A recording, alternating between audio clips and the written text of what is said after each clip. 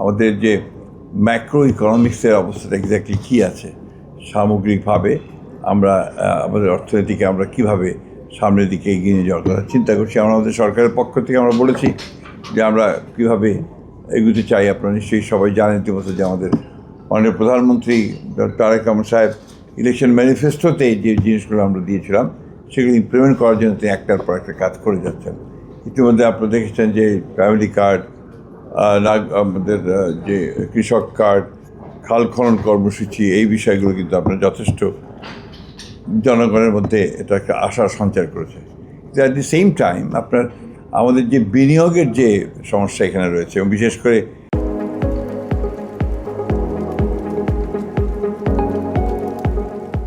আমাদের যে এজেন্সিগুলো আছে, সরকারের এজেন্সিগুলো যেগুলো আছে, সেই এজেন্সিগুলো খুব স্লো, ধীর গতিতে চলে।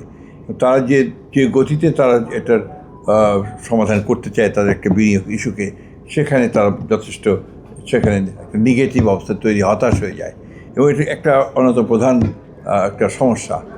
সেগুলো আমরা বলেছি যে আমরা চেষ্টা করছি যে সেই সমস্ত বিষয়গুলোকে ঠিক করে নিয়ে আসার জন্য আমাদের ব্যুরোক্রেসিকে সঠিকভাবে ঠিক করা, এবং এনভায়রনমেন্ট, আপনার ইনভেস্টমেন্ট এনভায়রনমেন্টটা তৈরি করা। এখানে ব্যবসা করার যে ক্লাইমেট, এটা কিন্তু আপনার খুব একটা ভালো না, এনভায়রনমেন্টটা খুব একটা ভালো না, যে কারণে এই জিনিসটাকে আমরা বলেছি যে আমরা এটাকে ভালো করে নিয়ে আসার চেষ্টা করছি। এবং আমাদের প্রধানমন্ত্রী এই বিষয়ে অত্যন্ত আগ্রহী। তিনি প্রতিদিনই এই বিষয়কে নিয়ে আলোচনা করছেন, কথা বলছেন। প্রত্যেকটা মন্ত্রণালয়কে তিনি অতি দ্রুত আপনার চেষ্টা করছেন যে প্রত্যেকটা কাজের জন্য, বিশেষ করে আমাদের সবচেয়ে বড় সমস্যা হয়েছে আপনার এনার্জি সেক্টরে। আমরা আপনার সোলার এনার্জির দিকে আমরা যাওয়ার চেষ্টা করছি, এবং একই সঙ্গে অনশোর এবং অফশোর যে এক্সপ্লোরেশন, আপনার গ্যাস এবং তেল উত্তোলন করবার যে কাজগুলো, সেগুলো আমরা শুরু করেছি ইতিমধ্যে। 3 মাস পরের মধ্যেই আমরা সেটাতে আপনার টেন্ডারে যাবো বলে আমরা আশা করছি। আমরা সবাই জানি যে আমাদের মতো একটা দেশে এখানে উইথ হিউজ পপুলেশন, এখানে দ্রুত আমাদেরকে এগিয়ে যেতে হবে অর্থনৈতিক উন্নয়নের দিকে। আমাদের রাজনৈতিক যে সমস্যাগুলো এখানে তৈরি হয়েছিল অতীতে, সে সমস্যা এখনও যে চলে গেছে তা বলবো না, কিন্তু আগের চেয়ে অনেকটা ইতিবাচক হয়েছে। আমরা বিশ্বাস করছি যে আপনার একটা স্থিতিশীলতা যদি আমরা নিয়ে আসতে পারি দেশের মধ্যে, তাহলে অবশ্যই আমরা আমাদের যে লক্ষ্য আছে অর্থনৈতিক উন্নয়ন করা, আপনার দেশে ইনভেস্টমেন্ট বাড়ানো, দেশে মানুষের কর্মসংস্থানের সৃষ্টি করা, এই কাজগুলোতে আমরা এগিয়ে যেতে সক্ষম হব।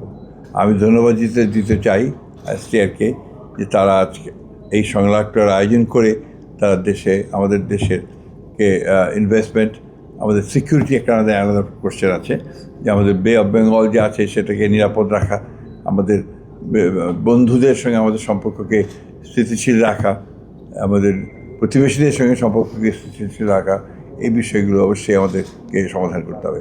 আরেকটি বড় সমস্যা যেটা আমাদের মধ্যে আছে, সেটা এখনও আলাপ হয়নি, হয়তো সম্ভবত আলাপ হয়ে, রোহিঙ্গা ইস্যু। এটা আমাদের জন্য একটা বড় সমস্যা।